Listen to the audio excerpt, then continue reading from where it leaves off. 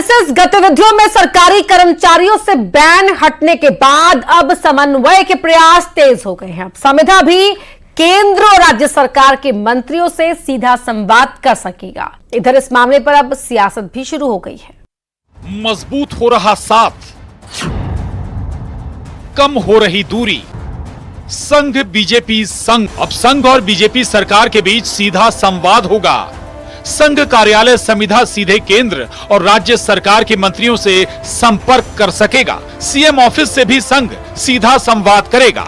पूर्व कांग्रेस विधायक शैलेंद्र पटेल ने कहा कि हम तो पहले से ही कह रहे हैं कि पर्दे के पीछे से सरकार संघ चलाता है। ऐसे में मध्य प्रदेश की महाडिबेट में आज के सवाल है। पहला सवाल है, संघ और बीजेपी संघ, क्या जोड़ी का तालमेल, क्या कांग्रेस का प्लान हो गया है? मेरे साथ खास मेहमान जुड़ चुके हैं, उनका परिचय आपसे करवा देते हैं।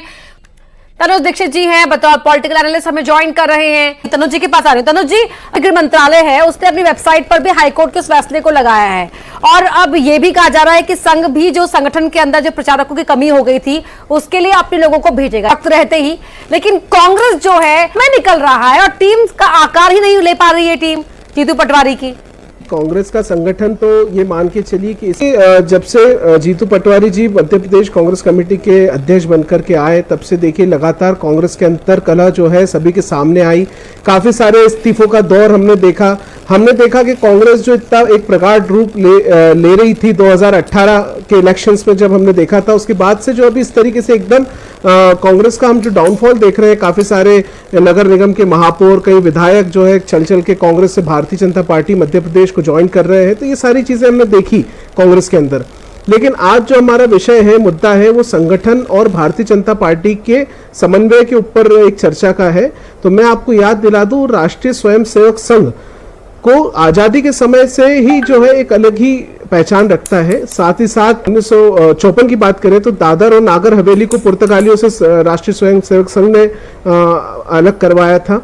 1955 में गोवा मुक्ति संग्राम में संगठन की बहुत विशेष महत्वता रही। सीनो इंडो वॉर जो था 1962 में, उसमें अगर आपको ध्यान हो तो संगठन के आरएसएस के स्वयंसेवकों ने जाकर के जो प्रतिभागिता ली थी, पंडित जवाहरलाल नेहरू ने 26 जनवरी 1963 को स्वयंसेवकों को बुला करके सम्मानित किया था। तो देखिए उसके बावजूद भी और भी वॉर्स हुए। 1972 में पाकिस्तान के साथ में जो वॉर हुआ, ये सभी जो सिनेरियो रहा, संघ की एक अलग भूमिका रही।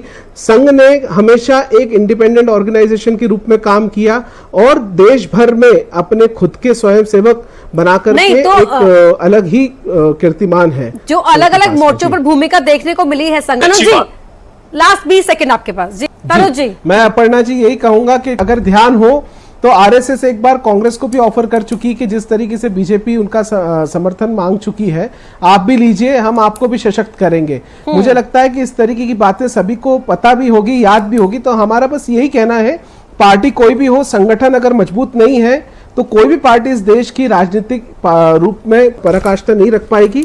और यही एक चीज है जो संगठन के अंदर अपने आप में उसको और एम्पावरिंग ओपोनेंट्स। ठीक है, बहुत धन्यवाद आप सभी का। एमपी की महाडिबेट में वक्त इतना ही था मेरे पास इस चर्चा के लिए, संघ और सरकार का समन्वय। लेकिन विपक्ष को लग रहा है कि ये तो पहले भी था, अब सामने आ गया है, तो उसमें नया क्या है। तो मध्य प्रदेश की महाडिबेट में इतना ही। खबरें लगातार जारी है, जुड़े रहिए।